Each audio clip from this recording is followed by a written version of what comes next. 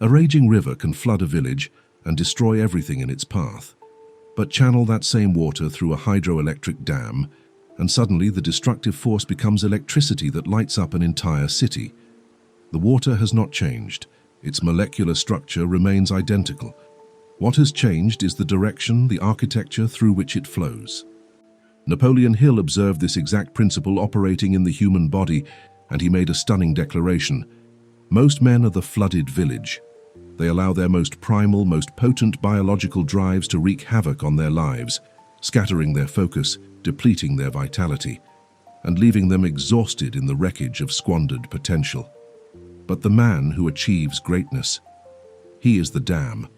He takes that same raw, surging force and redirects it upward, transforming destruction into illumination, chaos into creative power. The genius does not possess different energy than the failure. He simply understands the physics of redirection. There exists a chapter in Think and Grow Rich that most readers skip entirely, a passage that has been misunderstood, whispered about, and deliberately ignored for nearly a century. Chapter 11 bears the provocative title, The Mystery of Sex Transmutation, and Napoleon Hill himself warned that this single concept separates those who achieve monumental success from those who remain trapped in mediocrity. The discomfort surrounding this chapter is precisely why it remains the most powerful. Hill did not write it to titillate or scandalize. He wrote it because after studying over 500 of the wealthiest, most influential men of his era, he discovered an undeniable pattern.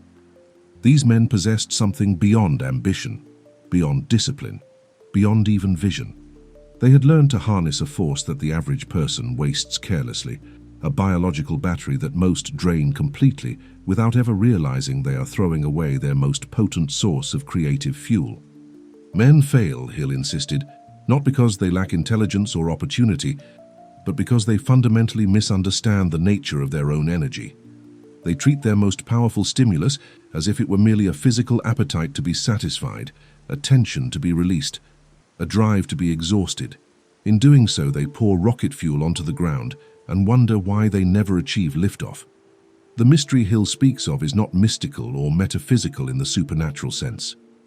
It is a mystery only because we have been conditioned to ignore it, to treat the subject as taboo, to avert our eyes from the very mechanism that could unlock our highest potential. But you are here because you sense there is more. You recognize that the greatest minds in history operated on a frequency that eludes the masses, and you are ready to understand the physics of genius. Let us establish something immediately.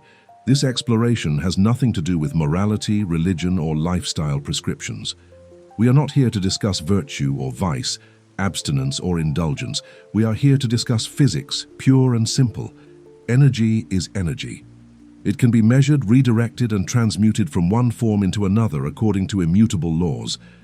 What Hill discovered is that sexual energy represents the most concentrated, most potent form of creative life force available to the human organism.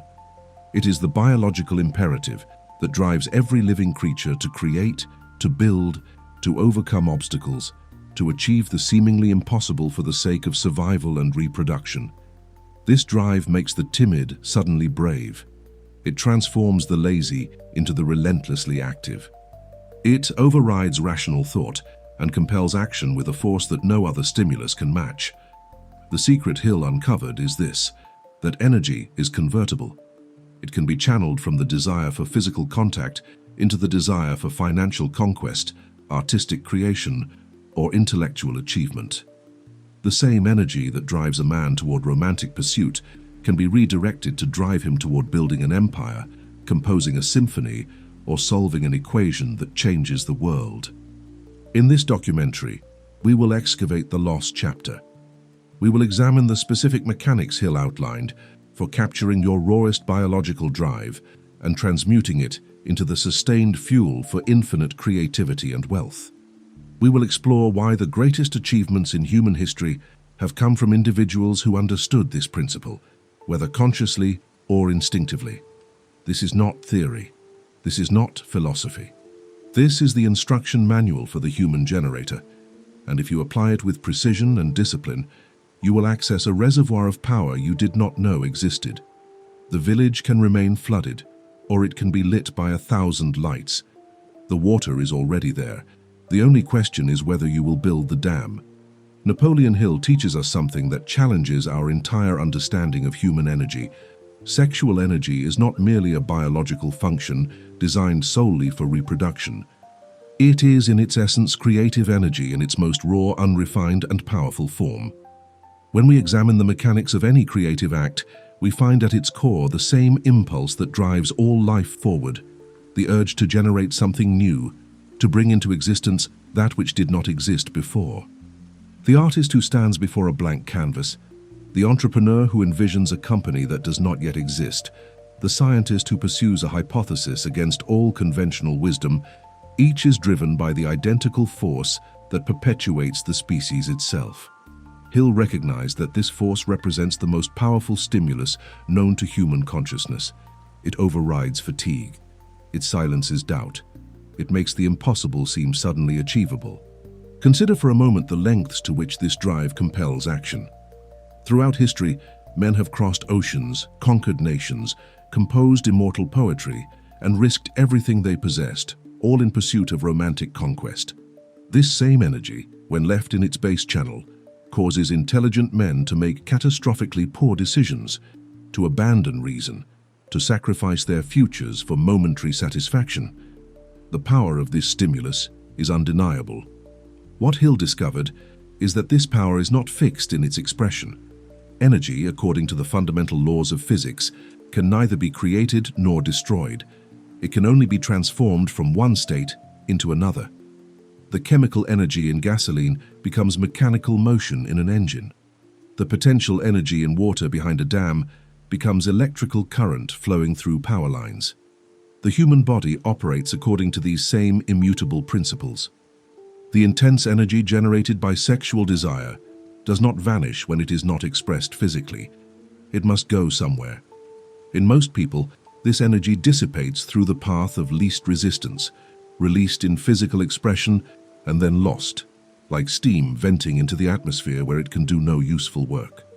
But Hill observed that certain individuals, whether through conscious practice or instinctive wisdom, had learned to redirect this energy upward, channeling it into their creative and professional pursuits. These individuals did not experience less of this drive. If anything, they seemed to experience it more intensely. The difference was that they had constructed an internal architecture that funneled this raw power into their ambitions rather than allowing it to drain away. This is what Hill means by transmutation. The word itself comes from alchemy, the ancient practice of transforming base metals into gold. Hill uses it metaphorically but with scientific precision.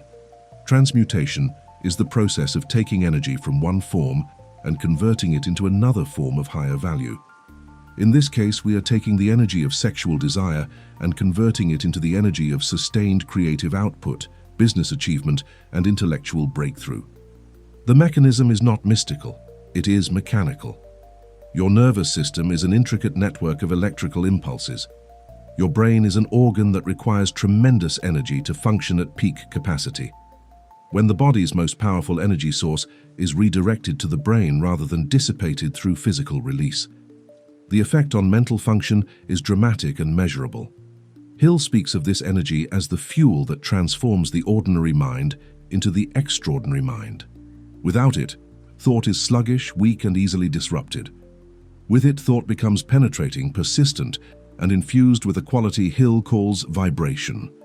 This vibration is what allows certain individuals to impress their ideas upon reality itself, to broadcast their intentions with such intensity that the universe seems to conspire in their favor. The man who has learned transmutation does not think more thoughts than the average person. He thinks with more power. His mental broadcasts carry more voltage. His visualizations contain more creative force. His plans materialize more readily because the energy behind them is infinitely greater. This is why Hill insists that sexual energy is not just one stimulus among many. It is the primary stimulus, the master key to unlocking human potential. A person might have a brilliant idea, a carefully constructed plan, and every rational reason to succeed, but if the energy behind that idea is weak, it will fail to manifest. The thought will drift through the mental realm like a whisper, making no lasting impression on the formless substance that responds only to intensity. But when that same idea is charged with transmuted sexual energy, it becomes a command rather than a request. It vibrates at a frequency that compels attention from the creative forces of the universe. It moves from possibility into probability and then into inevitable manifestation. Hill studied this principle not in isolation, but across thousands of case studies. He interviewed titans of industry, inventors, artists, and leaders, and he found the same pattern emerging again and again. The men who achieved the most were not necessarily the most educated or the most advantaged. They were the men with the highest degree of personal magnetism, the most intense creative drive, and the most sustained focus over years and decades. When Hill probed deeper, he discovered that these men shared a common trait. They possessed highly developed sex natures. They experienced this biological drive with unusual intensity, but unlike the masses who allowed this energy to control them, these masters had inverted the relationship. They controlled the energy. They redirected it. They transmuted it. This discovery led Hill to a controversial but inescapable conclusion. The very energy that society often treats as base, animalistic, or something to be suppressed is actually the secret fuel of genius. The men who achieve greatness do not have less of this energy. They have more of it, and they have learned the art of channeling it. The creative genius, the business titan, the visionary leader, each burns with an internal fire that would destroy a lesser person who lacked the discipline to direct it. This is why Hill warns that this chapter is not for everyone. It requires a level of self-mastery that most are unwilling to cultivate. It demands that you recognize your most powerful drive not as something to be ashamed of or indulged without thought, but as a sacred resource to be guarded and directed with the precision of an engineer managing a nuclear reactor. The energy is convertible, Hill repeats, and this convertibility is the key to everything. The same force that could be wasted in an hour can instead fuel a month of brilliant, focused work. The same energy that could be squandered chasing momentary pleasure can be banked and invested in building something that lasts for generations. But this transmutation does not happen automatically. It requires understanding, practice, and an unshakable commitment to redirecting your most powerful impulses toward your highest aims. Most people never learn this. They go through life wondering why they lack the energy to pursue their dreams, never realizing they are pouring their primary fuel source down the drain every time they choose immediate gratification over long-term achievement. Hill's observation is stark and uncompromising. If you waste this energy, you waste your life. No amount of planning, no degree of intelligence, no quality of opportunity can compensate for the loss of your primary creative fuel. You can have the best ideas in the world, but without the energy to execute them with sustained intensity, they will remain fantasies. The transmutation of sexual energy is not an optional enhancement for those who want to achieve a little more. It is the fundamental requirement for anyone who seeks to rise above mediocrity and enter the realm where miracles become commonplace, where visions materialize into reality, and where the impossible bends to the will of a mind charged with the full voltage of its creative power. This is the secret that Hill buried in Chapter 11, the truth he knew most readers would skip, the principle he understood would separate the curious from the committed. Sexual energy is creative energy. It is the battery of genius, and the man who learns to transmute it holds in his hands the power to light up not just a city, but an entire civilization with the brilliance of his achievements. The question is not whether you possess this energy, you do. The question is whether you will continue to flood the village, or whether you will finally build the dam. Napoleon Hill's research spanned decades and encompassed detailed analysis of more than 500 of the most successful individuals of his era. From this exhaustive study, a striking pattern emerged, one so consistent that it could not be attributed to coincidence or cultural factors alone. Hill discovered that men rarely achieve significant success before the age of 40. This observation appears repeatedly throughout his work, but it is in the context of sexual transmutation that its full significance becomes clear. The years between 20 and 40 represent, for most men, a period of enormous energy and ambition, yet also a period of spectacular waste. Hill identified the mechanism behind this paradox with surgical precision. From their 20s through their late 30s, most men dissipate their most powerful creative energy through uncontrolled physical expression. They burn the fuel instead of putting it in the engine. This metaphor captures the tragedy Hill witnessed again and again in his research. Imagine a man with a high-performance vehicle capable of extraordinary speed and endurance, but instead of filling the fuel tank, he sets the gasoline on fire for momentary warmth. This is not an exaggeration of what occurs, it is an accurate description of the energetic reality. The sexual drive generates tremendous biological and nervous energy within the human system. This energy is meant to be used for creation, whether that creation takes the form of new life or new enterprises, art, inventions, or empires. When this energy is repeatedly released without purpose or direction, it is simply lost, converted into momentary sensation, and then dissipated as completely as smoke in the wind. Hill's data revealed that the men who achieved lasting success often did so only after they had learned, whether consciously or through the natural diminishment of youthful intensity, to conserve and redirect this energy. The transition typically occurred in their late 30s or early 40s, a period when biological urgency begins to moderate slightly, allowing for greater self-control. But Hill was quick to point out that this diminishment was not the cause of success. Rather, it simply made easier what should have been learned decades earlier. The most successful men did not wait for age to force conservation upon them. They learned the art of transmutation in their youth and thus gained a 20-year advantage over their peers, compounding their achievements while others were still squandering their potential. The mediocrity trap is precisely this: the confusion of energy expression with energy loss. Society teaches young men to view physical release as natural, healthy, and necessary, without ever explaining the energetic cost. From a purely physical health standpoint, the act itself may be neutral or even beneficial, but from the standpoint of creative achievement, it represents a catastrophic energy drain. Every release is the expenditure from the central battery. The nervous system must then divert resources to recovery, resources that could have been used for focused creative work. The effect is not immediately obvious because it does not manifest as physical exhaustion in the traditional sense. Rather, it manifests as a subtle but pervasive lack of drive, a dimming of ambition, a loss of the cutting edge that separates the extraordinary from the merely adequate. Hill observed that men in their 20s and 30s who engage in frequent dissipation of this energy consistently display certain characteristics. They lack sustained focus, they abandon projects before completion, they are easily discouraged by obstacles, and they possess a quality Hill describes as a lack of fire in the eyes. This last observation is particularly telling. Hill noted that truly successful men possessed an intensity of gaze, a quality of presence that seemed to radiate power. This was not mere confidence or charisma, it was the visible manifestation of retained energy. The eyes, as the saying goes, are the windows to the soul. And what Hill saw in the eyes of men who had mastered transmutation was a concentrated force, a voltage that seemed barely contained, as if at any moment it might arc across the space and ignite whatever it touched. Contrast this with the eyes of men who waste their energy, dull, distracted, lacking depth or penetration. The difference is not moral, it is electrical.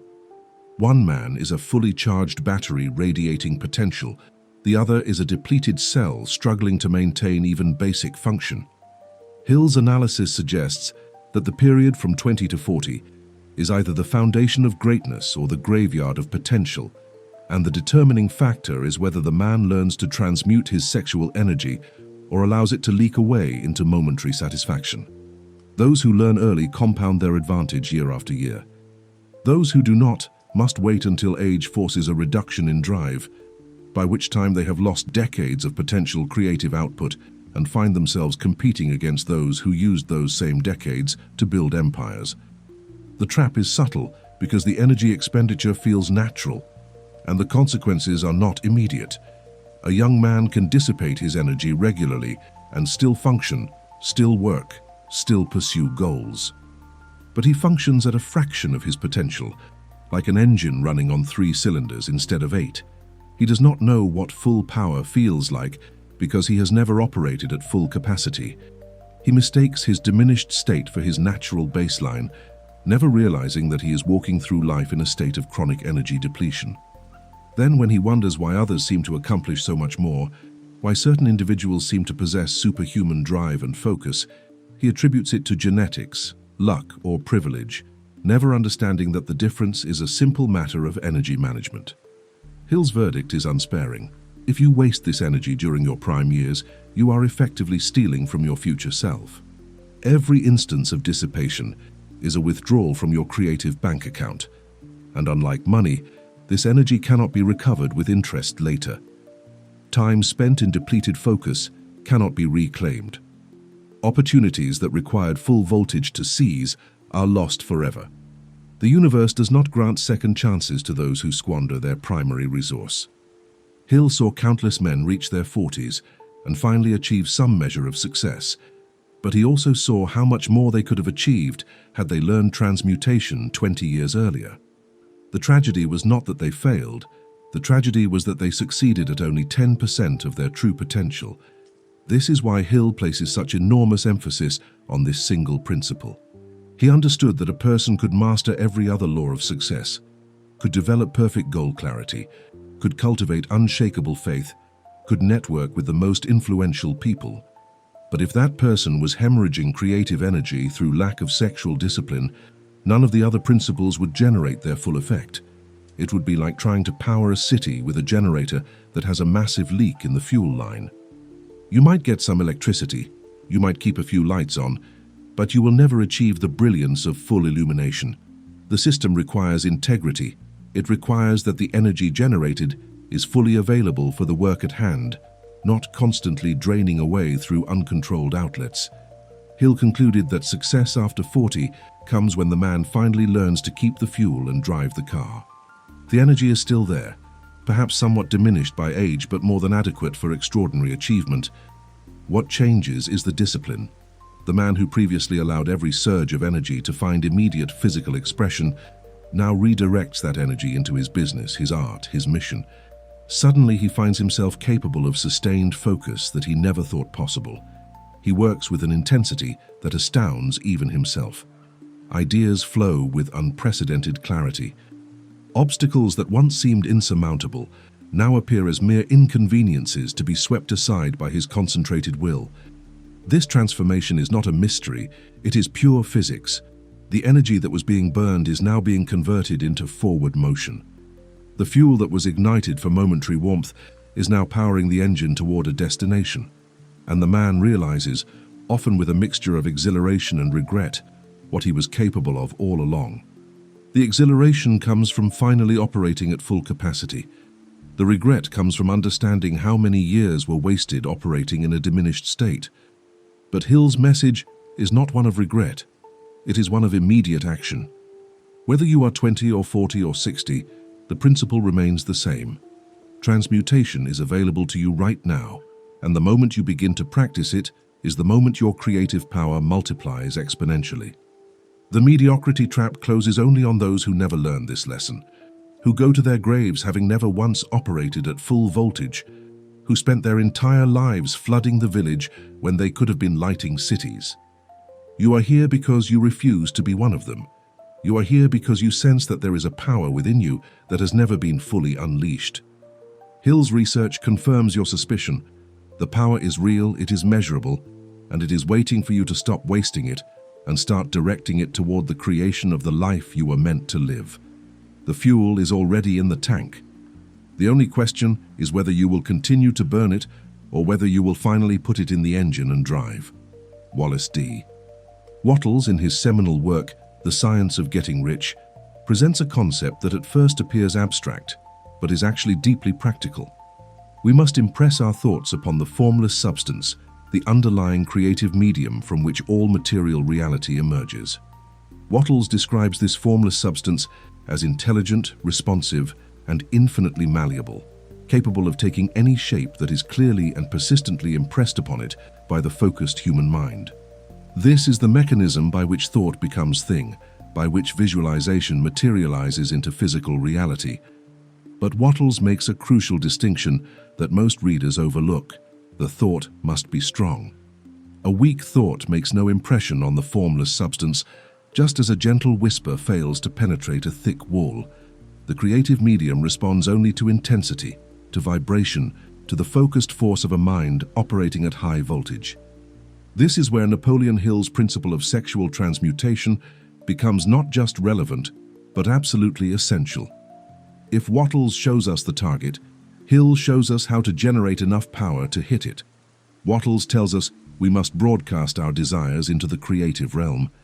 Hill tells us how to amplify that broadcast to the point where it cannot be ignored. Consider the physics of radio transmission. A radio station might have the perfect message, the clearest frequency, and the most sophisticated equipment, but if the transmitter operates at low wattage, the signal reaches only a few blocks. Increase the power to the transmitter, and suddenly the signal reaches across states, across nations, across continents. The message has not changed, but the power behind it has increased exponentially, and so has its reach and its impact. Transmutation is the amplifier for human thought. Without it, your visualizations are weak signals that barely ripple the surface of the formless substance. You might see your goal clearly, you might desire it intensely in the emotional sense, you might even take action toward it, but if the energy behind your mental image is depleted through constant dissipation, your thought lacks the vibrational power to make a lasting impression on creative reality. It is like trying to carve your name in stone with a feather. The intention is there, the technique might even be correct, but the force is insufficient. A transmuted thought, by contrast, hits the formless substance like a bullet. It penetrates deep. It creates a pattern that the creative medium cannot help but respond to. The impression is so strong, so clear, so energetically charged, that manifestation becomes not a possibility, but an inevitability. Hill discovered through his research that the men who achieved seemingly miraculous results were men who thought with uncommon intensity. Their thoughts were not merely ideas floating through consciousness. Their thoughts were commands backed by enormous energy. When such a man visualized his goal, he did not merely see a pleasant daydream. He saw with such concentrated focus that the image burned itself into his subconscious mind and radiated outward into the universe with undeniable force. This quality of thought cannot be achieved through willpower alone. Willpower is the steering mechanism, but transmuted sexual energy is the engine. You can steer perfectly, but if the engine is weak or constantly stalling due to energy depletion, you will make little progress. The greatest achievers in history steered well and maintained maximum engine power through disciplined energy management. The link Hill provides between his work and Wattles is this. Wattles discovered what must be done, but Hill discovered how to generate the power necessary to do it effectively. You must impress your thoughts upon the formless substance, and to do that with the intensity required for certain manifestation, you must operate at peak energetic capacity. Most people fail at manifestation not because the principle is flawed, but because they are attempting it from a state of chronic energy depletion. They visualize their desires while running on empty, and then they wonder why nothing changes. They blame the universe, they blame circumstances, they blame their lack of talent or connections, never realizing that the problem is not external, but internal. They are trying to broadcast on low batteries and no one can hear them. Hill's principle of transmutation solves this problem completely. When you redirect your sexual energy upward toward your creative and mental faculties, rather than dissipating it through physical expression, you are quite literally increasing the voltage available to your nervous system and brain. This is not metaphor, it is physiology. The sexual energy generates biochemical and bioelectrical changes in your body. Your endocrine system produces specific hormones in response to arousal and desire. When this energy is repeatedly released, those hormones surge and then crash, creating a cycle of stimulation and depletion. But when the energy is retained and redirected, those same hormones remain elevated, providing sustained fuel for mental activity, emotional intensity, and physical vitality. Your thoughts, when formed in this heightened biochemical state, carry more power. They are sharper, clearer, more persistent, and they vibrate at a frequency that makes them perceptible to the creative forces of the universe. This is why Hill insists that transmutation is not optional for those who seek greatness. You can practice every other success principle perfectly. You can recite affirmations. You can visualize with detailed clarity. You can network and plan and execute. But if you are energetically depleted, your results will always fall short of your potential. It is like trying to charge a smartphone with a cable that has a short in it. Some power gets through, enough to keep the device barely functional, but never enough to bring it to full capacity. The frustration is immense because you are doing everything right technically, but the power supply is compromised. Hill's message is clear: fix the power supply first, master transmutation, and everything else becomes exponentially more effective. The practical application is straightforward, but demands discipline. Each time you form a clear mental image of your goal, each time you engage in the focused visualization that Wattles prescribes, you must do so from a state of maximum energy. This means you must be strategic about when and how you release sexual energy. Before any important creative session, before any crucial business meeting, before any moment when you need to impress your will upon reality with maximum force, you must ensure that your internal battery is fully charged. This is not about perpetual abstinence. It is about intelligent timing and purposeful conservation. The transmuted man does not waste energy randomly. He spends it strategically, always ensuring that when the moment of creation arrives, he has access to the full reservoir of his power. Hill observed that truly successful men seem to operate with a quality of mental intensity that others could not match. When they spoke, people listened with unusual attention. When they wrote, their words carried weight beyond their literal meaning. When they entered negotiations, they seemed to possess an invisible advantage. Hill traced this quality directly to transmutation. These men thought at a higher voltage. Their mental broadcasts carried more power. Their impressions upon the formless substance were deeper and more lasting. They were not more intelligent than their peers in terms of raw IQ. They were more powerful in terms of the energy behind their intelligence. And that power came from their mastery of the principle that most men never even learn exists. Consider the implications. If you accept Wattles' premise that reality is malleable and responsive to focused thought, and you accept Hill's discovery that the power of thought is directly proportional to the energy state of the thinker, then it follows that your mastery of sexual transmutation is the single most important factor in your ability to shape your reality. Everything else is secondary. Your education, your connections, your strategies, all of these matter. But they matter far less than the energetic intensity you bring to your thoughts and actions. A man of average intelligence who has mastered transmutation will outperform a genius who wastes his energy. The genius might have better ideas, but the transmuted man will execute his adequate ideas with such concentrated force that they manifest while the genius's superior ideas remain trapped in the realm of fantasy. This is the bridge Hill constructs between himself and Wattles, between the metaphysical and the mechanical. Thought becomes thing when thought is powerful enough to make an impression on the creative medium. Thought becomes powerful enough when the thinker operates at peak energy. The thinker operates at peak energy when he masters the transmutation of sexual force. The chain of causation is complete and unbreakable. You cannot achieve the results described by Wattles without applying the energy management principles taught by Hill. The two systems are not separate. They are complementary halves of a complete science of success. Wattles provides the target. Hill provides the ammunition. Wattles teaches you where to aim. Hill teaches you how to fire with sufficient force to penetrate any obstacle and reach any destination. The truth that emerges from combining these two masters is both liberating and demanding. It is liberating because it means that success is not a matter of luck or privilege. It is a matter of mastering specific, learnable principles. But it is demanding because these principles require a level of self-discipline that most are unwilling to cultivate.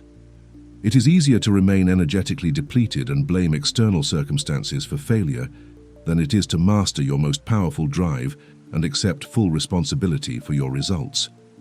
But you are not most people. You are here because you recognize that greatness demands sacrifice, not of joy but of immediate gratification in favor of lasting achievement. You are willing to build the dam because you understand that a flooded village serves no one, but a city lit by the power of transmuted energy becomes a beacon that draws resources, opportunities, and alliances from across the world. Hill's contribution to the science of success is that he identified the fuel source. Wattles identified the mechanism of manifestation, but Hill identified where the power comes from to operate that mechanism at full capacity. Without this knowledge, you are attempting to achieve extraordinary results with ordinary energy, and the mathematics simply do not work.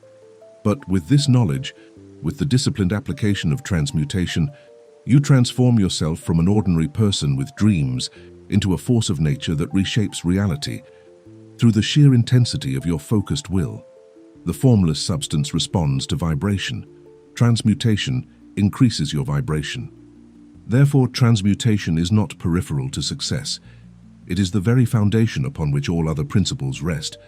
Master it, and you hold the key to impressing your will upon the universe with such force that the universe has no choice but to yield to your vision and deliver the reality you command. Napoleon Hill uses a powerful metaphor to describe the human body in relation to the mind's creative capacity. He sees your physical form as a generator, a biological power plant whose primary function is to produce the energy necessary for broadcasting mental signals into the universe. This is not poetic language. It is a functional description of a bioenergetic reality. Your brain operates on electrical impulses. Your nervous system is a network of bioelectrical pathways. Your thoughts, when measured by modern neuroscience, produce actual electromagnetic fields that can be detected by sensitive equipment. From Hill's perspective, every human being is essentially a broadcasting station, constantly transmitting mental signals that interact with the invisible intelligence that pervades all space. The quality and power of your broadcast determines what you attract, what you create, and what you achieve. But here is the critical insight that separates Hill's work from surface-level positive thinking. The generator must be fueled properly, and it must be maintained without leaks. If your generator is producing energy, but that energy is constantly escaping through uncontrolled outlets, your broadcast signal remains weak, regardless of how clearly you formulate your thoughts or how intensely you desire your goals.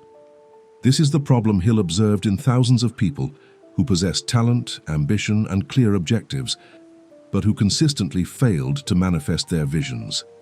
They were attempting to broadcast on inadequate power.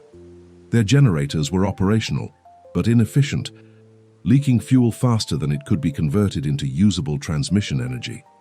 The result was a weak signal that barely penetrated beyond their immediate environment, certainly not strong enough to impress itself upon the creative forces of the universe with the intensity required for manifestation.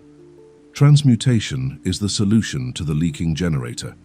When you redirect sexual energy upward toward your mental and creative faculties, rather than allowing it to discharge through physical channels, you are literally plugging the primary leak in your system. The energy that was escaping now remains in the system, available for conversion into mental power. This is not suppression. Suppression creates pressure without an outlet, leading to psychological distortion and eventual explosive release. Transmutation is redirection. It is opening a different valve that channels the same energy into a different form of expression. The pressure is relieved, but it is relieved through creative work, through focused mental activity, through the production of art or business or invention, rather than through physical release. When the leak is plugged, the effect on your broadcasting capacity is immediate and dramatic. Hill describes men who had practiced transmutation as possessing a quality of mental force that seemed almost supernatural. Their ideas did not just float through the mental realm, they cut through resistance like laser beams cutting through steel. When these men set their minds on a goal, obstacles seemed to dissolve, resources appeared as if summoned from thin air, and opportunities aligned with uncanny precision. Hill was not describing luck or coincidence. He was describing the natural result of broadcasting at maximum power. The universe responds to intensity. When your signal is weak, the universe's response is weak or non-existent. When your signal is strong, the response is proportional and often appears miraculous to those who do not understand the energetic principles involved. Consider the practical implications for the various strategies we have discussed in previous explorations of success principles. The mastermind concept, for example, requires that you bring your full energy to the alliance. If you enter a mastermind while energetically depleted, you contribute little and receive little. But if you enter that same mastermind operating at peak capacity through transmutation, your contributions carry weight, your ideas spark action, and you attract the highest quality resources from the collective. The principle of autosuggestion depends on the emotional intensity you bring to your affirmations. Weak energy produces weak emotion, which produces weak programming of the subconscious. Strong energy produces powerful emotion, which burns your desires into your subconscious so deeply that they become unshakable beliefs that guide your actions automatically. The cultivation of faith requires sustained mental focus over time, and this focus is impossible to maintain when your energy is constantly fluctuating between peaks of arousal and valleys of depletion.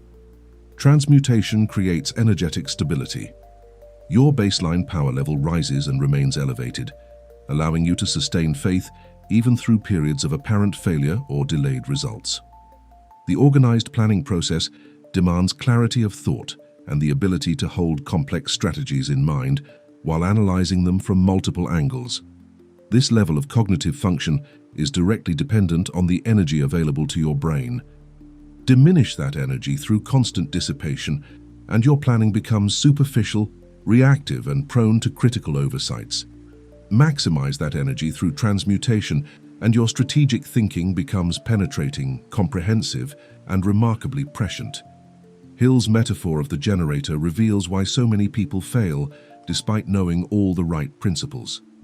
They are like radio stations with perfect programming and state-of-the-art studios, but only enough electrical power to broadcast a few hundred feet.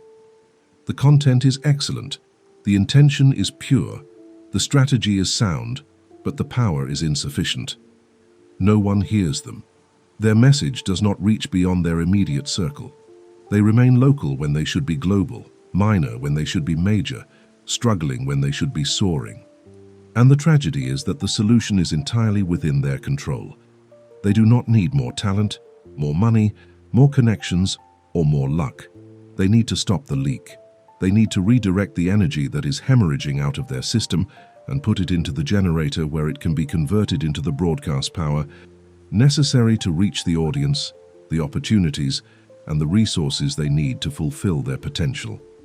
Hill emphasizes that this is not a small adjustment that yields a marginal improvement. This is a fundamental transformation that multiplies your effectiveness by orders of magnitude. A generator operating at 30% capacity because 70% of its fuel is leaking produces results that are exponentially worse than simply 30% of maximum. The weak broadcast does not just reach fewer people, it reaches no one effectively, because it lacks the strength to penetrate the noise of competing signals. But when you plug the leak and suddenly operate at 90 or 95% capacity, you do not just reach 3 times as many people. You reach thousands of times more because your signal now has the strength to cut through interference, to persist across distance, and to make an indelible impression on those who receive it.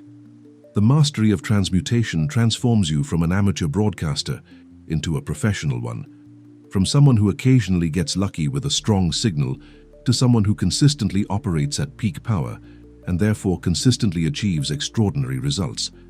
Hill's research demonstrated that this transformation was the common denominator among all truly great achievers. They might have differed in their strategies, their industries, their personalities, and their specific talents, but they all shared this one characteristic. They broadcast at maximum power because they had learned to fuel their generators properly and eliminate energy leaks. Some learned this consciously through study, others discovered it intuitively through trial and error. But all of them, without exception, had mastered the principle, whether they called it transmutation or simply self-discipline. Your body is the generator, your mind is the broadcasting station, your thoughts are the signals, and your sexual energy is the fuel that powers the entire system. This is the mechanical reality that underlies all the philosophical discussions of faith, desire, persistence, and visualization. These qualities are real and essential, but they require energy to manifest. A person can have perfect faith in their vision, but if they lack the energy to act on that faith with sustained intensity, the vision remains a fantasy. A person can have burning desire, but if they waste their energy indiscriminately, that desire becomes mere longing without the force necessary to overcome obstacles and manifest reality. Hill's genius was in identifying the fuel source and teaching the specific methodology for conserving and redirecting it. When you master transmutation, you stop being a person who occasionally generates enough power to achieve something noteworthy. You become a person who operates at consistently high power and therefore achieves remarkable results as a matter of course. Your baseline effectiveness rises so dramatically that what once seemed like peak performance becomes your new normal. This is not hyperbole. This is the predictable result of ensuring that your generator operates at maximum efficiency. The leak is plugged. The fuel goes where it should go. The power is converted into signal strength, and the signal, when broadcast at full intensity with clarity of purpose and emotional force, reaches across the invisible realm and draws back to you the resources, opportunities, and circumstances necessary to manifest your vision in physical reality. This is the science of success operating at peak efficiency, and it begins with your decision to stop flooding the village and build the dam. When sexual energy is redirected upward toward the brain, rather than outward through physical expression, Napoleon Hill teaches that a profound transformation occurs in the quality of mental function. This is not merely an increase in general alertness or motivation. It is the specific stimulation of what Hill calls the creative imagination, the faculty of mind that operates beyond the boundaries of ordinary thought and taps into the infinite intelligence that surrounds and permeates all things. Hill distinguishes between two types of imagination: the synthetic imagination, which merely rearranges existing concepts into new combinations, and the creative imagination, which receives entirely new ideas, insights that have never before entered human consciousness. It is the creative imagination that is responsible for every significant breakthrough in human history, every invention that changed civilization, every work of art that touched millions, every business innovation that created entirely new industries. The creative imagination does not respond to conscious command in the way that ordinary thinking does. You cannot simply decide to have a revolutionary idea and expect your mind to produce one on demand. Instead, the creative imagination operates like a receiver that must be properly tuned to pick up signals from a higher source. Hill describes this source as infinite intelligence, the universal consciousness or creative field from which all original thought emerges. This is not mysticism divorced from reality. Quantum physics increasingly suggests that consciousness may indeed be fundamental to the universe, that what we call physical reality might emerge from an underlying field of information or awareness. Whether you understand this field as divine mind, as quantum consciousness, or simply as the collective unconscious of humanity, the practical truth remains. Original ideas come from beyond your personal limited awareness, and your ability to receive them depends on your mental state. Transmutation creates the optimal mental state for reception of higher ideas. When your nervous system is energized by retained and redirected sexual force, your brain literally vibrates at a higher frequency. This is measurable through brainwave analysis. Different mental states produce different patterns of electrical activity in the brain. The ordinary waking consciousness operates primarily in beta waves, characterized by sequential, logical thinking, but limited in creative capacity. Moments of insight and inspiration correlate with alpha and theta waves, states where the analytical mind relaxes its grip and allows nonlinear, intuitive information to emerge. Transmutation facilitates the transition into these receptive states by providing the energetic foundation necessary for sustained high-level mental function without exhausting the nervous system. Hill observed that great ideas consistently came to men when they were in states of heightened energy, often during or immediately following periods of intense work when they were operating at peak capacity. These were not moments of relaxation or passive daydreaming. They were moments of peak mental intensity, sustained by enormous energy reserves. The man who wastes his sexual energy never reaches this state of sustained peak function. He might experience brief moments of clarity, but they are sporadic and unreliable because his energy constantly fluctuates between artificial highs and depleting lows. The transmuted man, by contrast, maintains a consistently elevated baseline that allows him to sustain intense mental focus for hours or even days, remaining in the optimal state for receiving insights from the creative imagination. This is why Hill refers to transmutation as the key to unlocking the sixth sense. The sixth sense is not supernatural in the mystical sense. It is the natural result of tuning your consciousness to a higher frequency where you become perceptive to information that exists beyond the range of ordinary awareness. Consider how radio works. Radio waves fill the air constantly, carrying thousands of signals simultaneously, but you perceive only the station to which your receiver is tuned. Adjust the frequency and you perceive a different station entirely. The creative imagination operates on this same principle. Higher ideas, breakthrough insights, and revolutionary concepts exist in potential form within the field of infinite intelligence, but you perceive them only when your consciousness vibrates at the frequency where they become accessible. Transmutation adjusts your frequency.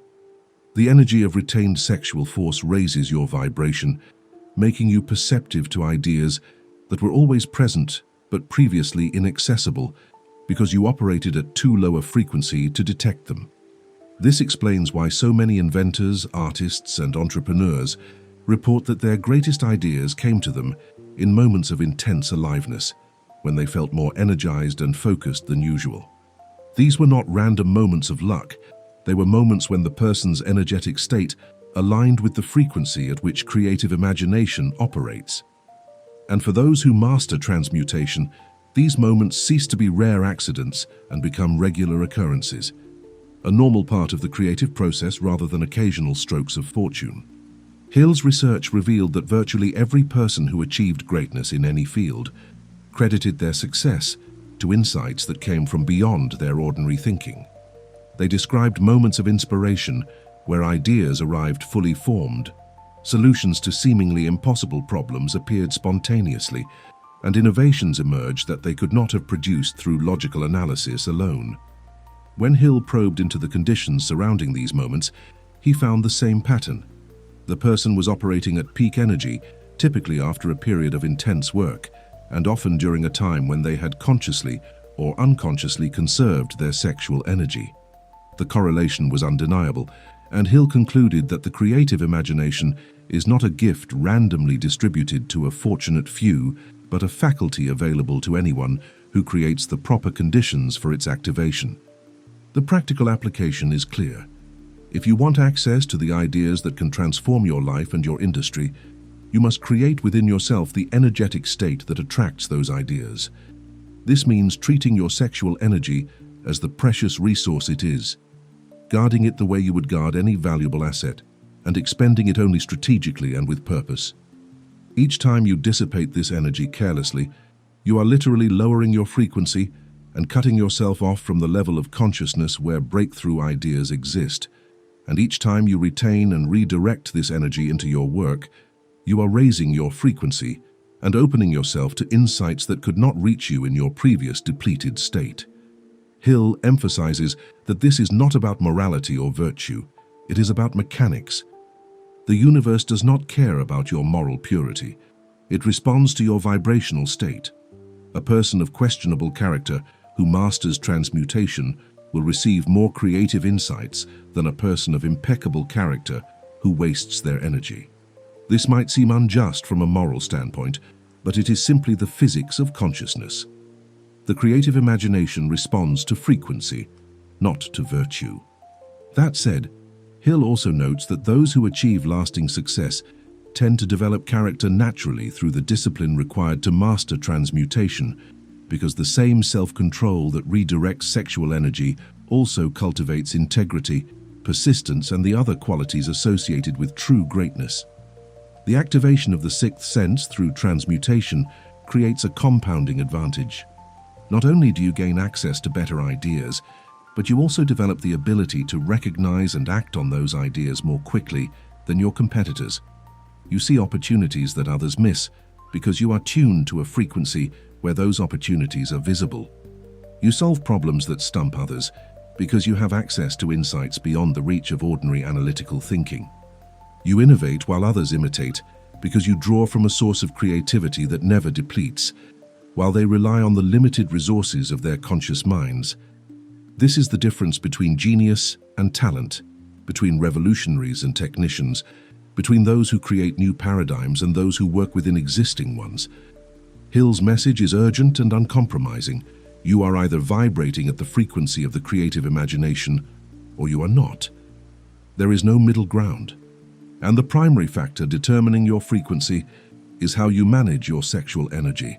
Master transmutation, and you gain access to the infinite storehouse of ideas, insights, and innovations that constitute the difference between a life of quiet mediocrity and a life of extraordinary impact. Waste this energy, and you remain trapped in the realm of ordinary thinking, forever wondering why others seem to possess some magical quality you lack, never realizing that the magic is simply a matter of frequency and that frequency is entirely within your control. Beyond its effect on the creative imagination, the transmutation of sexual energy produces what Napoleon Hill calls personal magnetism, a quality that is immediately perceptible to others, even when they cannot consciously identify its source. Personal magnetism is not charisma in the superficial sense of having a charming personality or pleasant manner. It is a tangible field of energy that radiates from certain individuals and draws others into their orbit almost involuntarily. Hill observed that the most successful leaders, salespeople, speakers, and entrepreneurs all possessed this quality to an unusual degree, and when he investigated its origin, he found that it correlated directly with the presence of retained and transmuted sexual energy. This is not a vague metaphysical concept. It is a biological and energetic reality that manifests in multiple observable ways. Consider first the physical manifestations. A man who practices transmutation carries himself differently.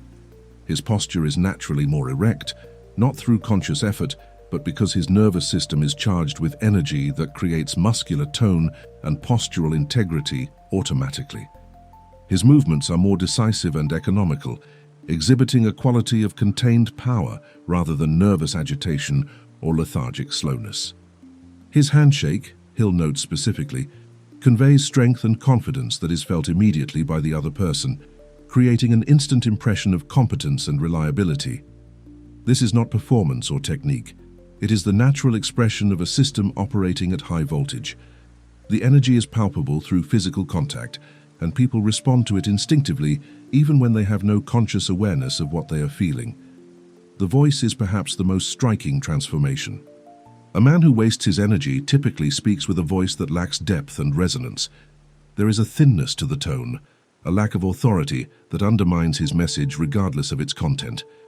But when sexual energy is transmuted and redirected upward, it affects the entire vocal mechanism.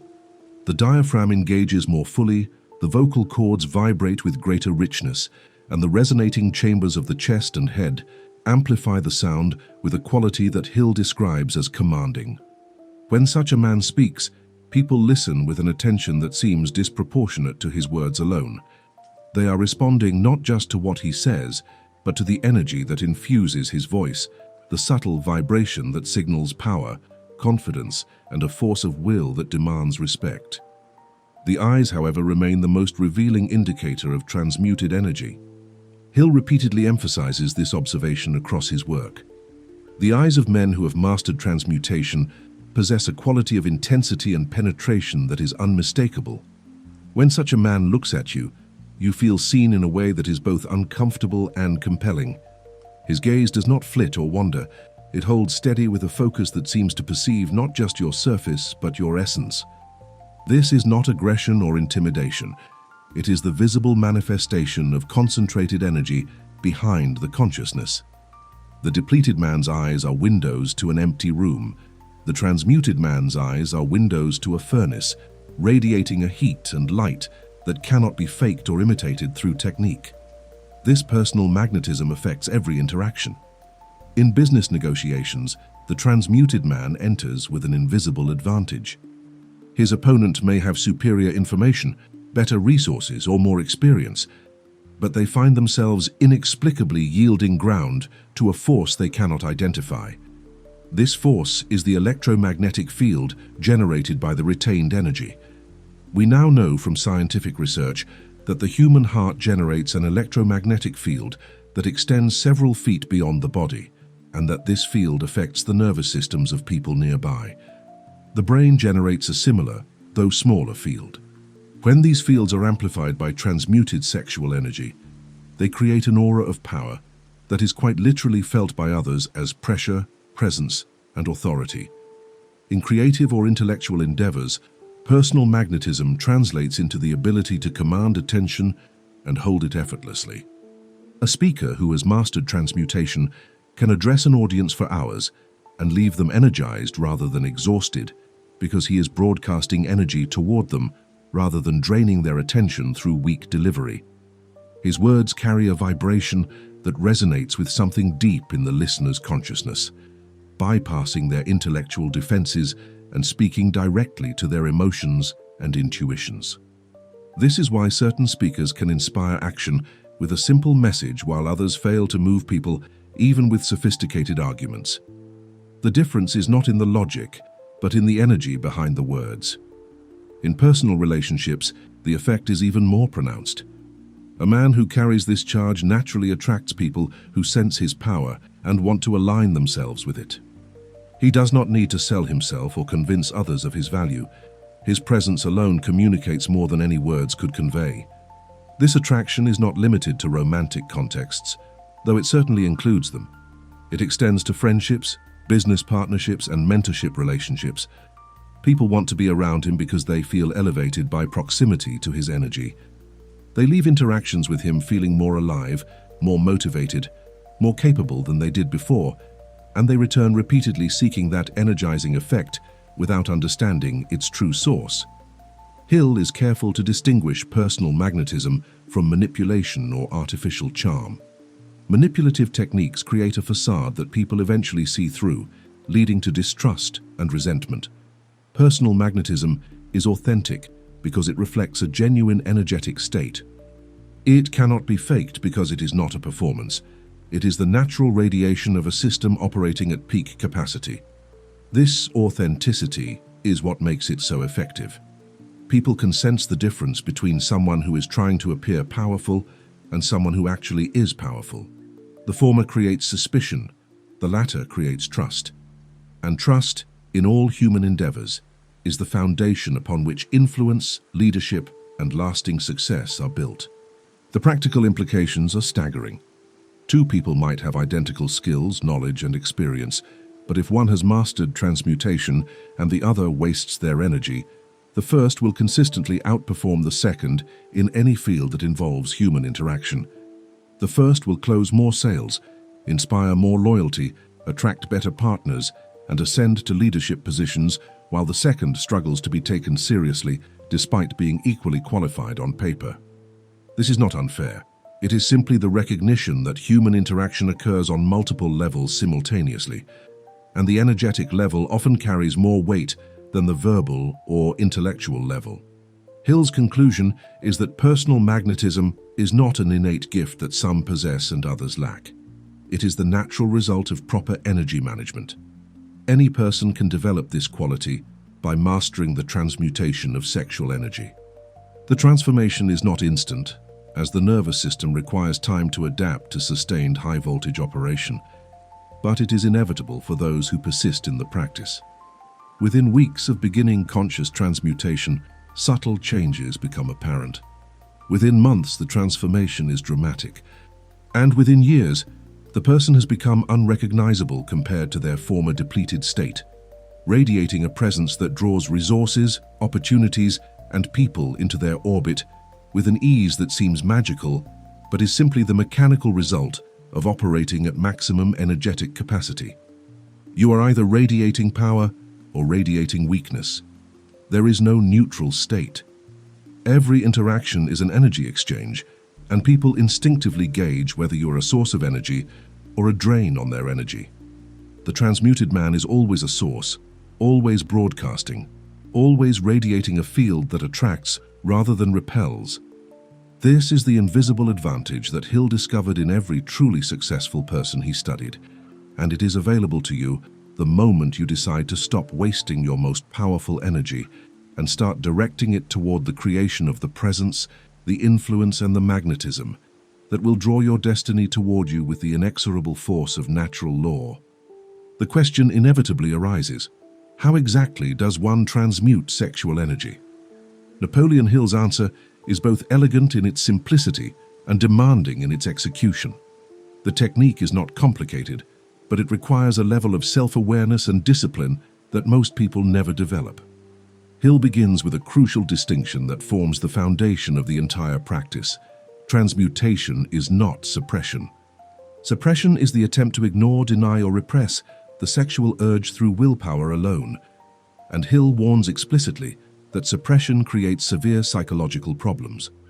When energy is forced down without an outlet, it builds pressure within the psyche until it either erupts destructively or manifests as neurosis, anxiety, or depression. The history of repressive religious movements provides ample evidence of the damage caused by suppression without understanding the principle of redirection. Transmutation is fundamentally different from suppression. In transmutation, you acknowledge the energy, you feel it fully, you allow it to build within your system, but then you consciously redirect it into a different channel of expression. The energy is not denied, it is used. The difference is the difference between damming a river and trying to make the water disappear. You cannot make water disappear, you can only redirect it. Similarly, you cannot make sexual energy disappear. Attempting to do so only drives it into the unconscious, where it will emerge in distorted forms. But you can redirect sexual energy the same way you redirect water through a turbine, converting its force from one form of potential into another form of actualization. The practice begins with awareness of the energy when it arises. Most people move immediately and automatically from the stimulus of desire to the act of release without any conscious gap between impulse and action. This automatic pattern is the loop that must be interrupted. When you feel sexual energy building, whether triggered by external stimuli or arising spontaneously from within, you must first pause. This pause is the critical moment where transmutation becomes possible. In this pause, you do not judge the energy as good or bad. You do not moralize about its presence, and you do not attempt to force it away. You simply observe it, feel it in your body, and recognize it for what it is. Creative life force in its most concentrated form, waiting to be directed toward a purpose. The second step is immediate engagement with your work. Hill is emphatic on this point. The energy must be redirected quickly, within minutes of feeling it arise, or the opportunity for transmutation is lost, and the energy will seek its natural outlet through physical expression or dissipate as frustration. When the drive is high, this is your signal to sit down at your creative work immediately. If you are a writer, you open your document and begin writing. If you are a salesperson, you pick up the phone and make calls. If you are an entrepreneur developing a business plan, you open your laptop and begin strategizing. The specific activity matters less than the immediacy and intensity of engagement. You are essentially saying to your nervous system, I acknowledge this enormous energy you have generated, and I'm now directing it into this focused task. What happens next is remarkable and unmistakable once you experience it. The creative work that normally feels like effort now flows with unusual ease. Ideas that were elusive suddenly become clear. Problems that seemed insurmountable reveal their solutions. The quality of your work elevates noticeably. You find yourself able to maintain intense focus for extended periods without the usual mental fatigue. This is not imagination. It is the direct result of channeling high-voltage energy into mental and creative processes. You are using the fuel for its intended purpose, and the engine responds by operating at peak performance. Hill describes this state as riding the wave of energy. And once you learn to catch this wave consistently, you will become addicted to the experience, because the satisfaction of creating something meaningful far exceeds the momentary satisfaction of physical release. The discipline required is significant. Your body and mind have been conditioned through years or decades of automatic release patterns. These neural pathways are deeply grooved, and they resist change. The first attempts at transmutation will feel awkward and difficult. The energy may seem too intense to redirect. The habitual patterns will assert themselves with surprising strength.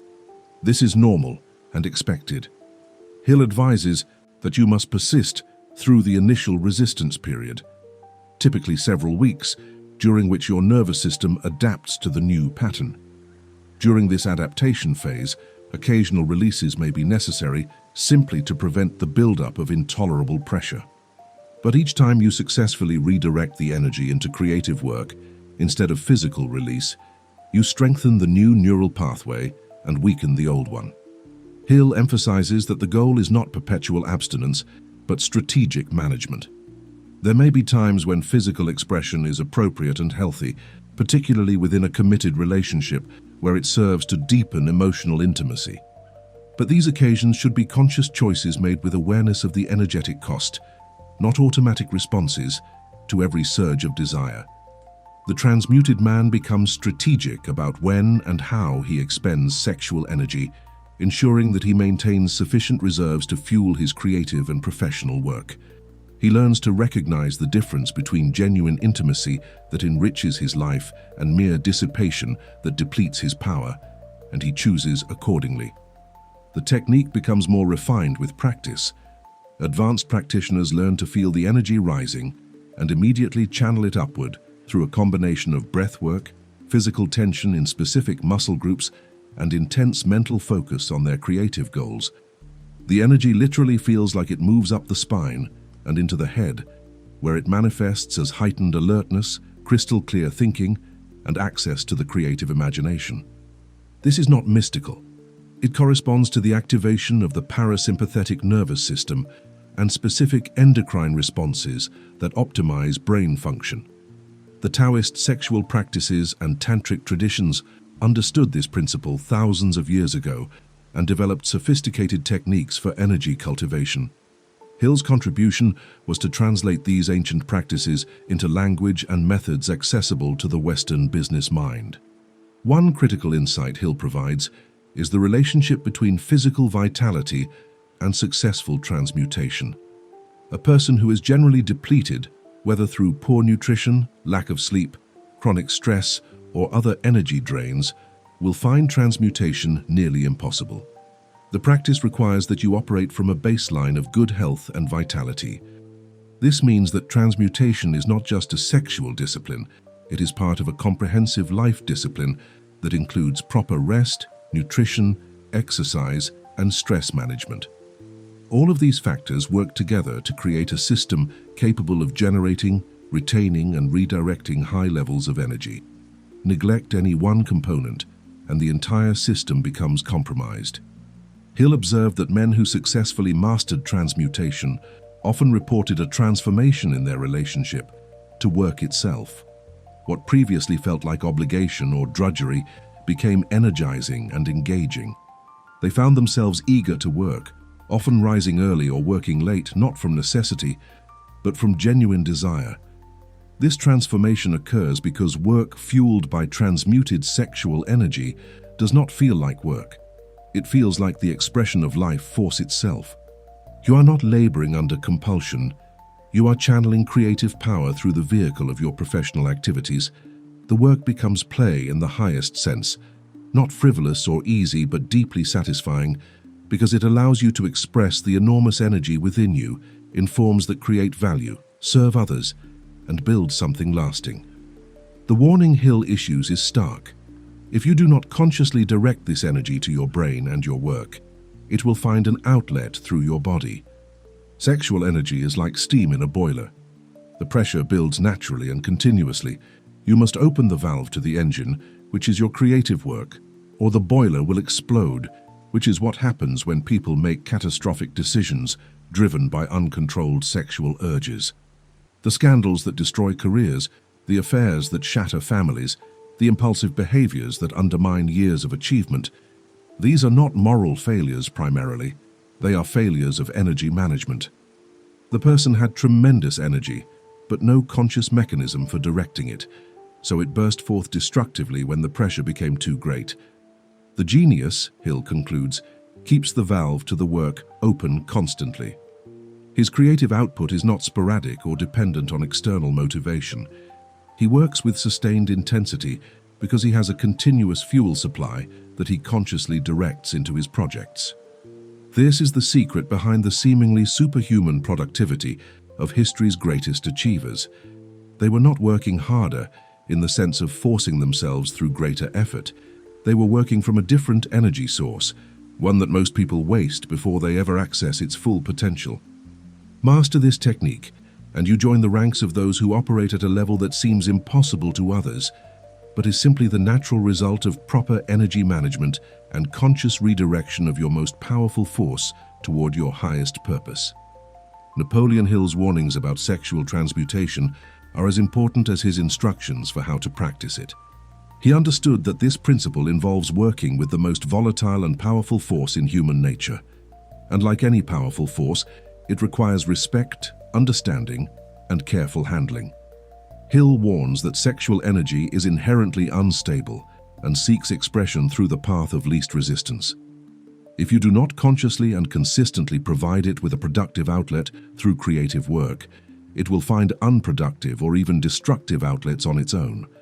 This is not a moral judgment. It is a practical observation about the nature of energy. Water flows downhill unless actively pumped upward. Fire spreads unless contained and directed. Sexual energy discharges through the body unless deliberately channeled to the brain. The metaphor Hill uses is precise and illuminating. Sexual energy is like steam in a boiler. A boiler generates steam through heat applied to water under pressure. This steam contains enormous potential energy that can drive turbines, power engines, and accomplish tremendous work. But the system only functions when the pressure is properly managed through valves and regulators. If all the valves are closed and the heat continues to build, eventually the pressure exceeds the structural integrity of the boiler, and it explodes catastrophically. If the valves are left fully open all the time, the steam escapes immediately, and no work can be done. The art is in keeping the valve to the engine open, allowing just enough steam through to maintain maximum power output while keeping the pressure within safe operating parameters. Your body and mind are the boiler. Your sexual energy is the steam. Your creative work is the engine. And your conscious discipline is the valve system that regulates the flow. When you master transmutation, you keep the valve to your work open constantly. Energy builds within you, and instead of allowing it to vent through physical release or letting it build to explosive levels, you release it in controlled amounts through sustained creative effort. You write, you strategize, you build, you create, and in doing so you relieve the pressure productively. The satisfaction of creation replaces the need for physical release, not because you have suppressed the urge, but because you have found a superior outlet for the energy that produces more lasting fulfillment. But Hill is emphatic in his warning: you must engage with your work immediately when the energy is high. You cannot wait for a more convenient time. You cannot put it off until tomorrow. The energy is available now, in this moment, and if you do not use it now, you will lose it. This is the critical distinction that most people miss. They feel the surge of energy and think, I'll harness this later when I sit down to work. But by the time later arrives, the energy has already found another outlet or dissipated into frustration and restlessness. The window of opportunity for transmutation is narrow, measured in minutes, not hours, and seizing this window requires that you organize your life in a way that allows immediate engagement with your creative work whenever the energy arises. This is why Hill observed that successful practitioners of transmutation often kept their workspace immediately accessible at all times. They did not wait for the perfect environment or the ideal conditions. When the energy came, they responded immediately, sitting down wherever they were and channeling the force into their work. This might mean writing in a notebook, dictating ideas into a recording device, making business calls from wherever they happen to be, or simply sitting in intense strategic thought. The form of work mattered less than the immediacy of engagement. The key is to provide the energy with a productive channel before it seeks an unproductive one. Hill's observation about the consequences of failing to redirect this energy is sobering. He notes that men of great potential often destroy themselves through sexual indiscretion, not because they are immoral, but because they are undisciplined in energy management. They generate enormous sexual energy because they are vital, ambitious, and alive, but they have never learned to transmute it. The pressure builds, and eventually, it finds release through affairs, scandals, or compulsive behaviors that ruin their careers, their families, and their reputations. The tragedy is that the same energy that destroyed them could have fueled extraordinary achievements had they only understood how to redirect it. They possessed the power. They lacked the knowledge of how to harness it. This is why Hill insists that knowledge of transmutation is not just useful. It is essential for anyone who aspires to greatness. The higher you rise, the more energy you generate, and the more critical it becomes to manage that energy consciously. A person of modest ambition who wastes sexual energy will experience modest consequences, but a person of great ambition who wastes sexual energy will experience catastrophic consequences because the pressure within them is proportionally greater. The boiler that generates more steam requires more robust management systems. The nuclear reactor that produces more power requires more sophisticated safety protocols. And the human being who generates exceptional sexual energy through high vitality and intense drive requires exceptional discipline in transmutation. Hill provides a clear diagnostic. If you find yourself making poor decisions driven by sexual impulses, if you experience periods of high energy followed by crashes of depression or lethargy, if you feel intense drive that seems to dissipate without producing results, these are signs that your boiler is malfunctioning. The energy is building, but it is not being directed properly. It is either venting wastefully or building to dangerous levels that will eventually cause an explosion. The solution is not to generate less energy. That would be like deliberately making yourself less alive.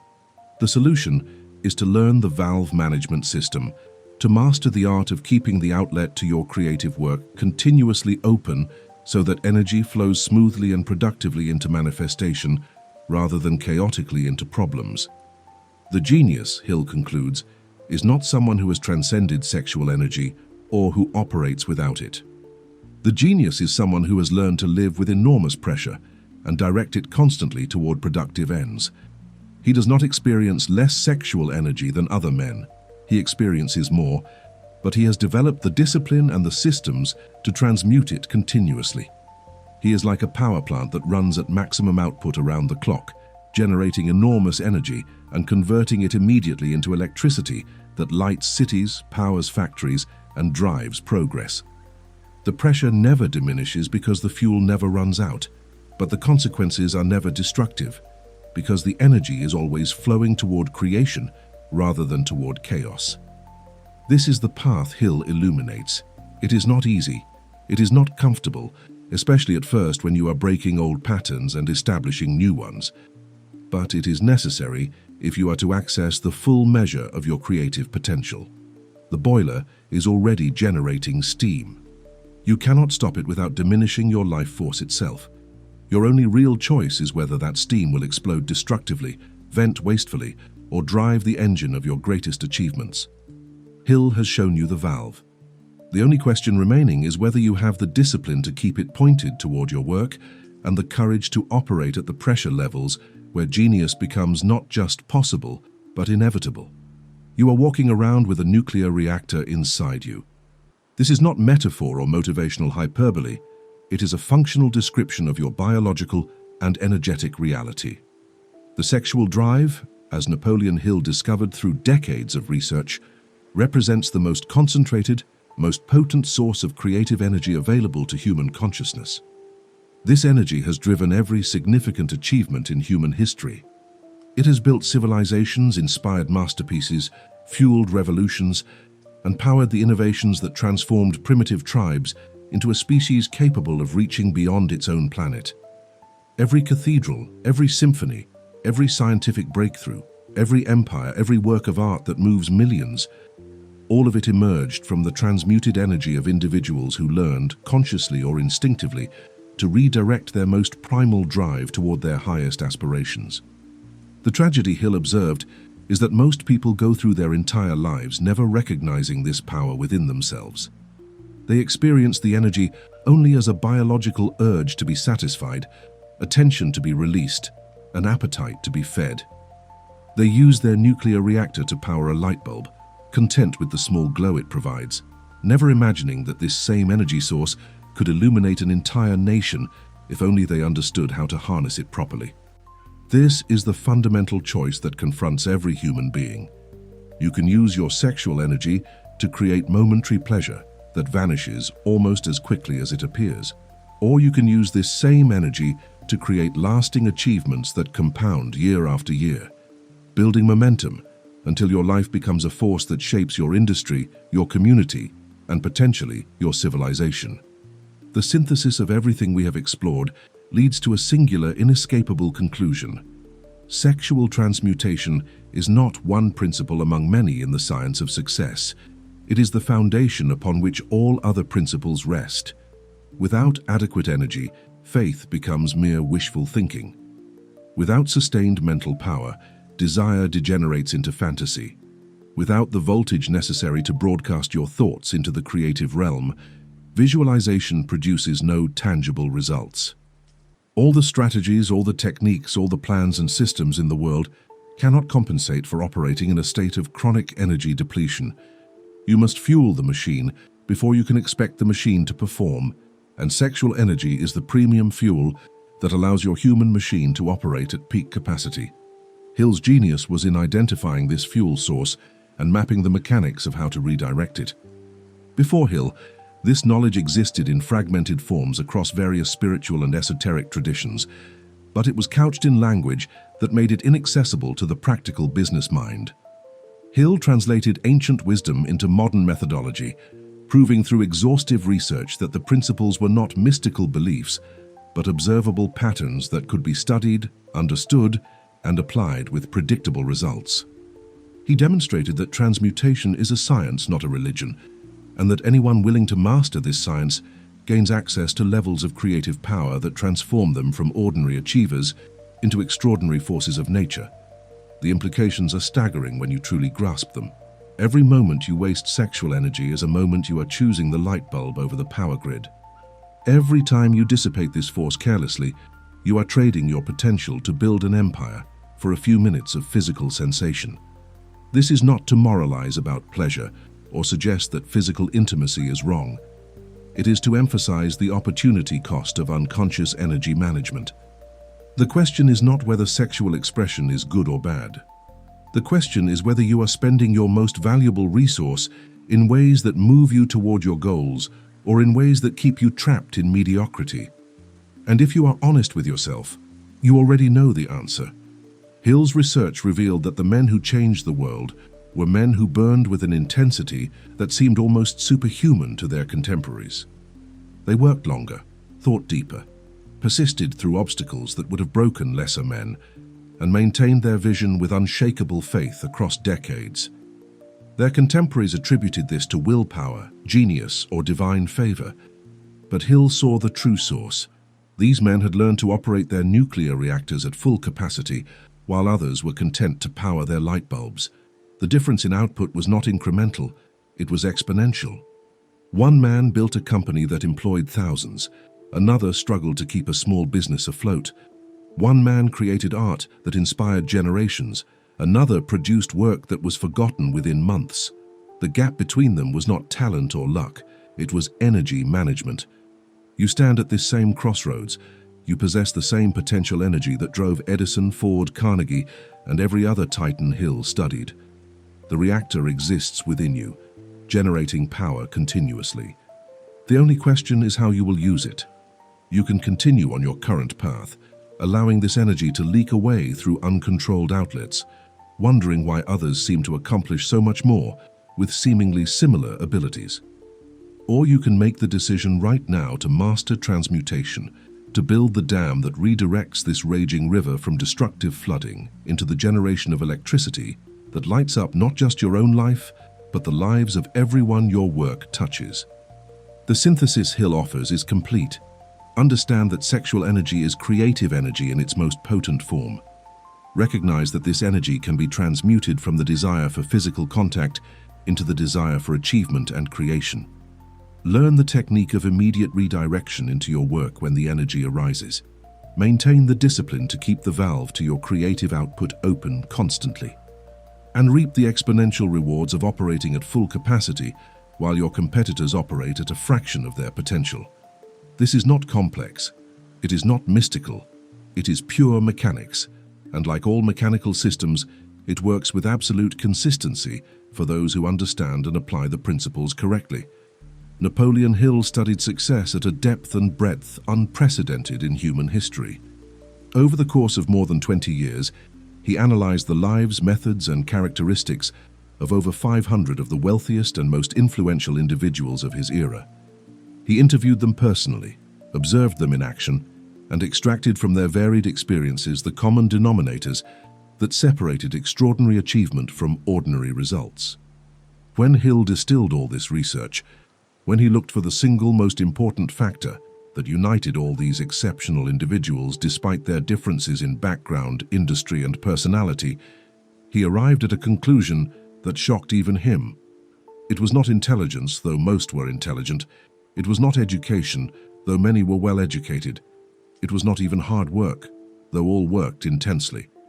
Hill's observation, recorded plainly in Think and Grow Rich, is this: the men of greatest achievement are men with highly developed sex natures, men who have learned the art of sex transmutation. This single sentence contains the master key to understanding human achievement at the highest levels. Note that Hill does not say these men had suppressed or transcended their sexual natures.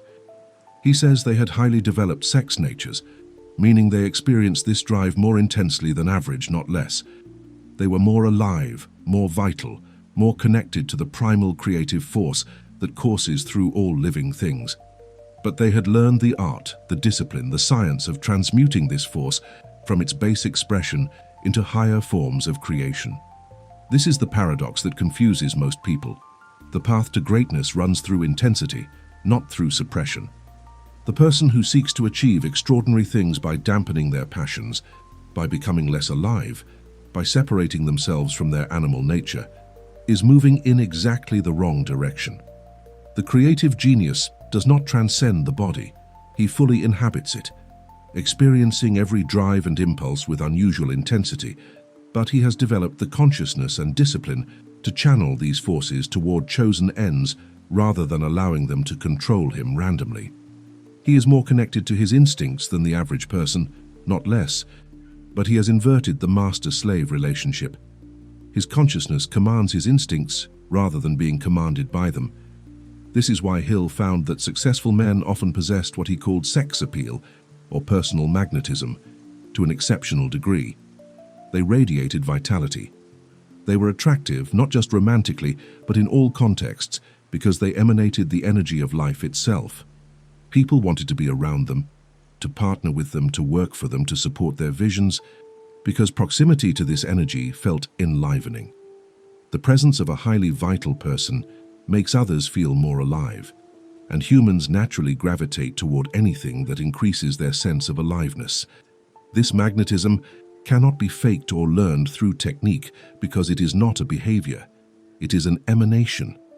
It flows naturally from a person who has learned to generate and retain high levels of creative energy. Hill's message to you is clear and unambiguous. If you wish to achieve at the highest levels, you must develop your sex nature, not suppress it. You must learn to generate more of this energy, not less, and then you must master the art of transmutation so that this increased energy fuels your ambitions rather than derailing them. This is the path walked by every person who has ever achieved anything truly significant. Some learned it consciously through study, others discovered it through trial and error. But all of them, without exception, learned it because you cannot achieve greatness while operating at low voltage. The mathematics of success simply do not allow it. The practical application is that you must reframe how you think about your sexual energy. Society has trained you to see it as something separate from your professional life, something to be compartmentalized and indulged only in appropriate contexts. But Hill is telling you that this is a catastrophic misunderstanding.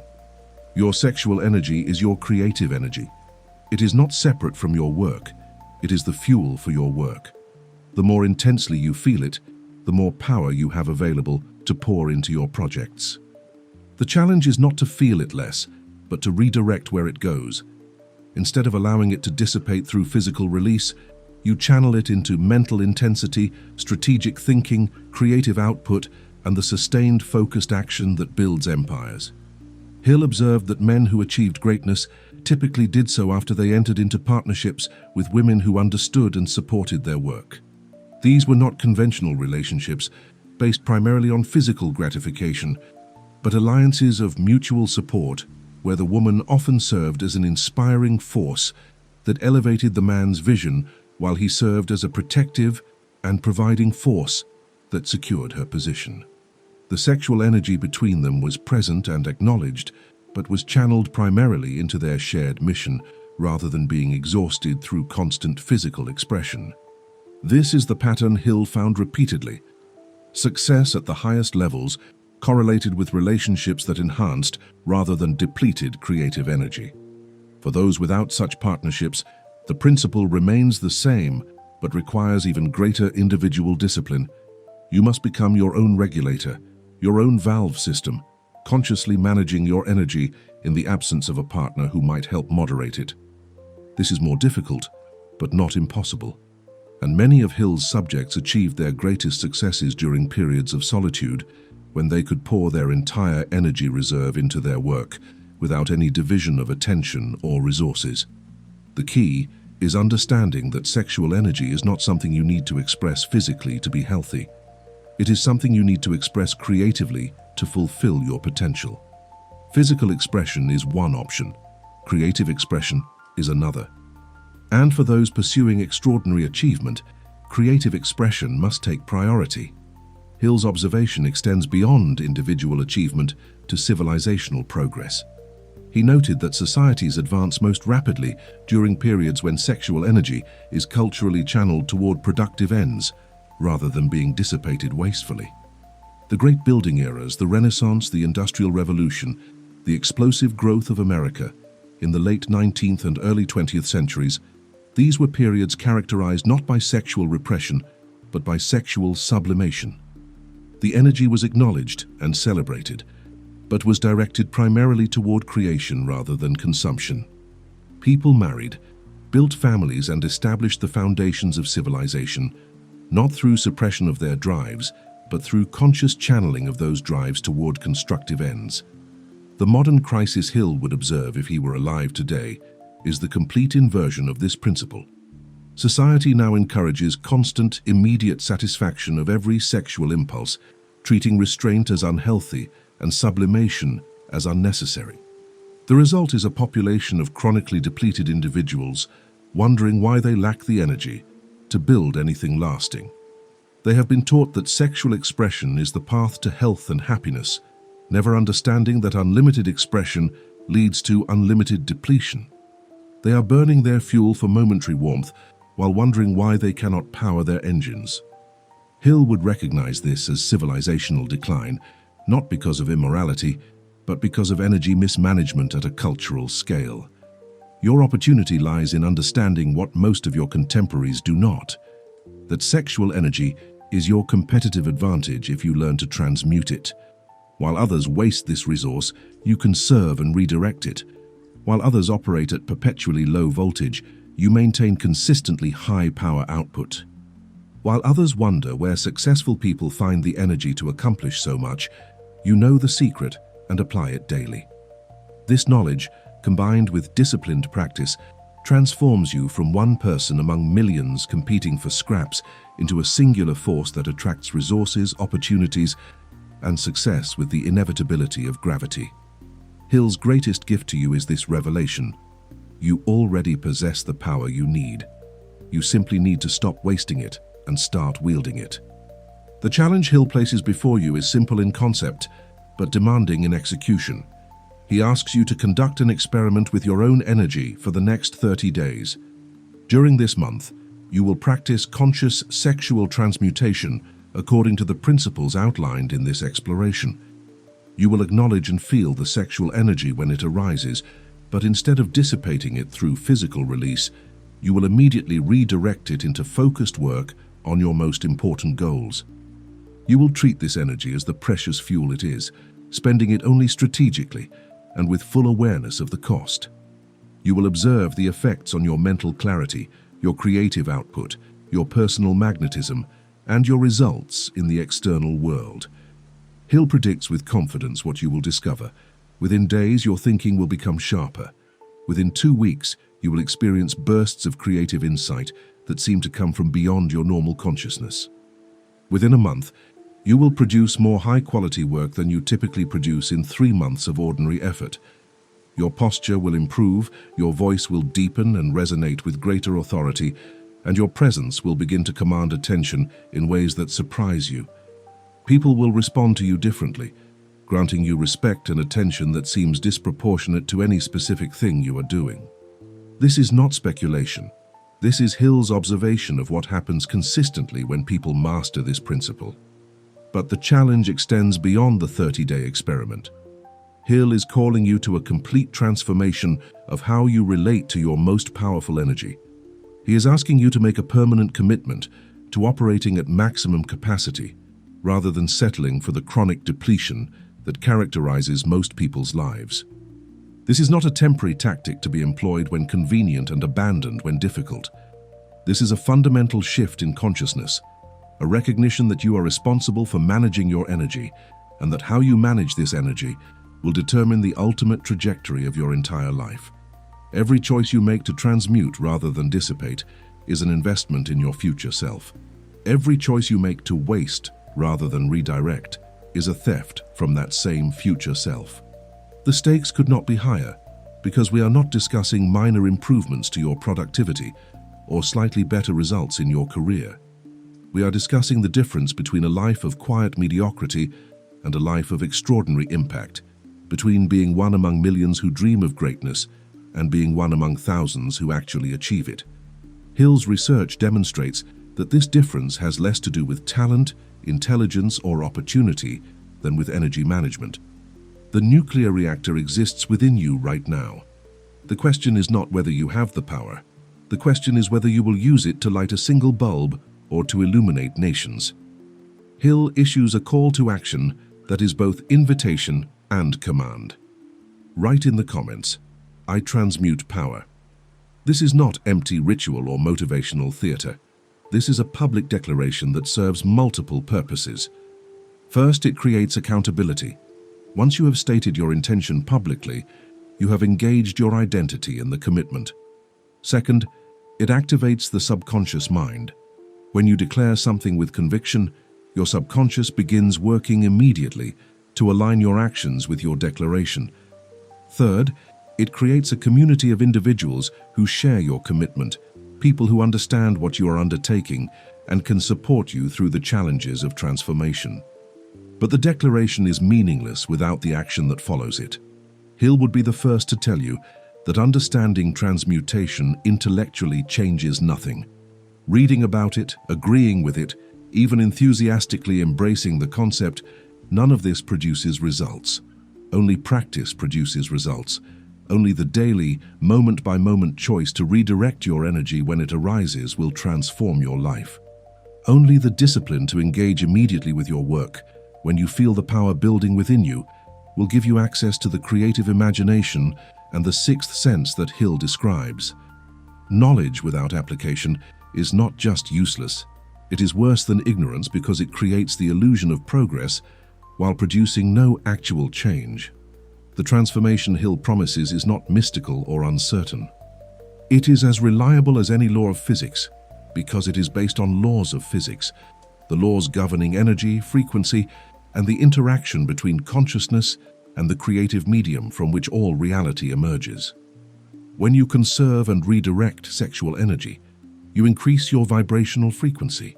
When you increase your frequency, you access higher levels of consciousness. When you access higher levels of consciousness, You receive insights and ideas that are literally impossible to perceive from lower frequencies. When you act on these insights with the sustained intensity that transmuted energy provides, manifestation becomes rapid and reliable. This is not faith or belief, this is mechanics. The system works with the consistency of any other natural law for those who understand and apply it correctly. Hill's final message is one of urgent encouragement. He knows the path is not easy, especially at first when you are breaking patterns established over years or decades. He knows you will face moments of intense temptation where the old patterns seem easier than the new discipline. He knows there will be times when you question whether the sacrifice is worth the reward. But he also knows, from decades of research and observation, that every person who persists through the initial difficulty period emerges transformed, operating at a level of power they did not know was possible. The temporary discomfort of change is nothing compared to the permanent anguish of living below your potential, of reaching the end of your life and realizing you spent decades flooding the village when you could have been lighting cities. Let the creation begin. These 4 words contain Hill's ultimate invitation. Creation is not something that happens to you. It is something that happens through you when you provide the energy necessary for it to manifest. The universe is waiting for your focused intention, backed by maximum power. The formless substance is ready to take whatever shape you impress upon it, but only if that impression carries sufficient force to penetrate and persist. The opportunities you need already exist in potential form, waiting for a signal strong enough to draw them into your reality. The life you envision is possible, but only if you fuel the engine that will drive you there. Everything is ready. The only missing element is your decision to stop wasting your nuclear reactor on powering light bulbs and to start using it for the purpose for which it was designed, the generation of power sufficient to illuminate worlds. Hill's work has given you the blueprint. His research has validated the principles. His examples have shown you that ordinary people who master these laws achieve extraordinary results, while geniuses who ignore them achieve nothing. The choice is yours, and it must be made not once but continuously, moment by moment, day by day, year by year, until the practice becomes automatic and the transformation becomes permanent. Transmutation is not a technique you apply occasionally. It is a way of life you embody completely. It is the decision to live at maximum intensity, to squeeze every drop of potential from the precious energy you have been given, to refuse to settle for less than the full expression of your creative capacity. This is what Hill discovered. This is what he is offering you. And this is the secret that will separate your life from the life of quiet desperation that claims most people who never learn to harness the power that burns within them. The reactor is online. The fuel is abundant. The only question is whether you will flip the switch and illuminate your empire, or whether you will allow this extraordinary gift to leak away into nothing, one wasted moment at a time. I transmute power. Say it, mean it, live it, and watch your world transform.